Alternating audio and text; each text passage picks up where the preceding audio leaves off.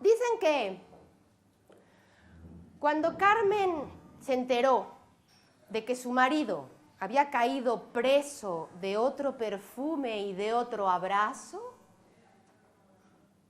¿sí? Pues no se lo pudo creer. No, hombre, su marido. Su marido, primero muerto, no.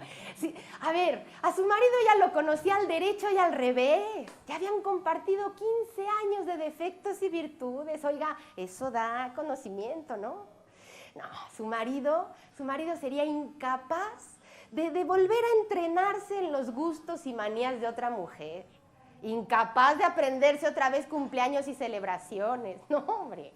Su marido, pues podía pasar la noche fuera de casa con los amigos, jugando a las cartas, hablando de política, pero invertir ese tiempo en entenderse con otra señora, en escucharla, en mimarla, no, hombre, ¿qué va su marido? Engañarla, no, hombre. No, eso era tan imposible como insoportable, claro. No, primero muerto. Pero los chismes son los chismes, ¿eh? Y al final, aquella verdad a medias destrozó a Carmen. Así que Carmen tomó la decisión. Dio a su marido por muerto. Después de vestirse de luto riguroso y de actuar delante de él como si él no existiera, dejó de ocuparse de su ropa, del brillo de sus zapatos, de su comida, de su café y al final hasta de sus hijos. La primera en poner el grito en el cielo fue su suegra, claro. ¡Ay, mijito, ¿cómo es posible? Después se fueron sumando las cuñadas. ¡Sí, qué barbaridad! Y al final, hasta la madre de Carmen tuvo que reconocer que su hija se había vuelto loca. Así que la familia decidió, ¿sí? Decidieron internarla. Y allá fue Carmen a dar al manicomio, sin oponer ninguna resistencia.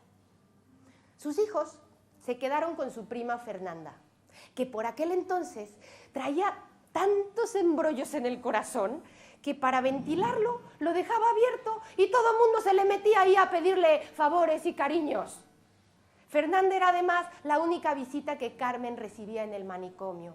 Bueno, aparte de las visitas de su madre, que por otro lado muy bien se las podía haber evitado esas visitas porque pasaba la visita llorando por sus nietos, comiéndose las uñas a su edad y lamentándose de que su hija no hubiera tenido la fortaleza suficiente como para sobrellevar una situación pues tan normal como si no hicieran eso todos los hombres, ¿no?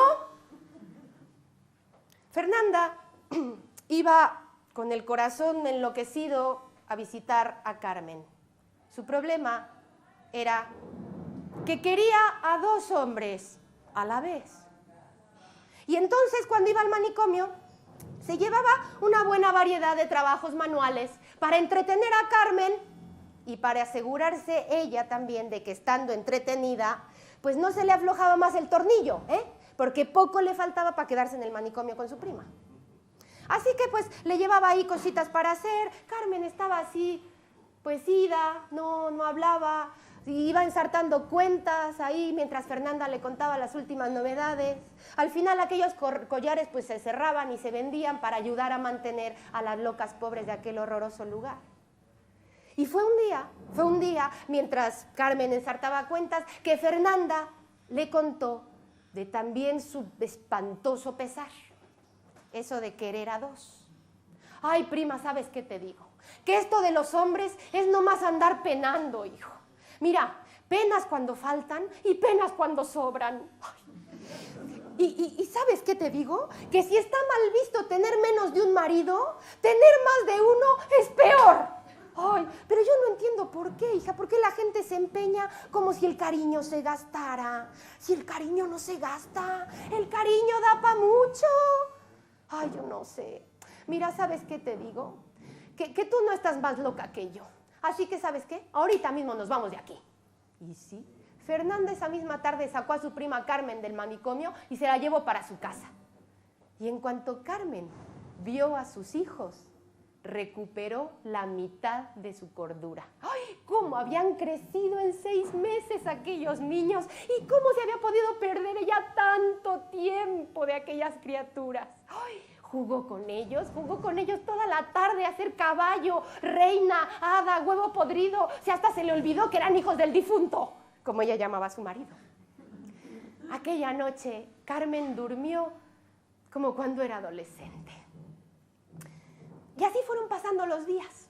Y cada mañana, ya que los niños se habían ido a la escuela y el hombre oficial de Fernanda al trabajo, las dos se quedaban sentadas tomando cafecito y Fernanda le contaba a Carmen de su otro hombre, de su hombre prohibido. Y Carmen pues fue recordando y fue recordando y fue recuperando su cordura completa. Se fue acordando cómo se guisaba un buen arroz, cómo se planchaba una camisa, cómo se trenzaba el pelo de su hija. Un día Carmen hizo un cojín que regaló a Fernanda. En el cojín, bordada a su fina y habitual manera, había una sentencia que Carmen había escuchado en el manicomio. La sentencia decía: no eches a perder el presente lamentándote por el pasado y preocupándote por el futuro. Y es que Fernanda pasaba los días agotada tratando de sobrellevar sus dos amores. La pobre se quedaba dormida a cualquier hora del día y en cualquier lugar. Uno de esos días, Carmen, viéndola dormir en un rincón de la cocina, pensó: ay, pobrecita, tiene que ser muy cansado querer a dos. Y entonces Carmen se descubrió pensando en su marido. A la mañana siguiente, Carmen se levantó cantando aquella de: no te puedo comprender, corazón loco, no te puedo comprender, ni ellas tampoco. Y después de mandar a sus hijos a la escuela, pues Carmen se dedicó a bañarse, encremarse, peinarse, enchinarse las pestañas y probarse alguno de los vestidos que Fernanda le ofreció. Y mientras se probaba el vestido le decía: ¿sabes qué, prima? Que estoy totalmente de acuerdo contigo. El cariño no se gasta. Y mira, que si mi marido tiene para dos, pues que su Dios lo bendiga tú. ¿Qué hago yo aquí vuelta loca con los chismes y las habladurías? Y también que estaba en mi casa ahí haciendo buenos ruidos. Mira, ¿sabes qué te digo? Que yo no quiero más, pero tampoco quiero menos.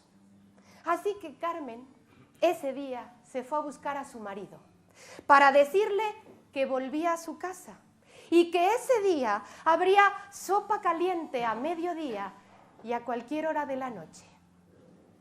Y el marido de Carmen descubrió la boca más ávida, la mirada más cuerda y el semblante más seductor que había visto jamás. Y aquel día comieron sopa y la siguieron comiendo durante mucho tiempo.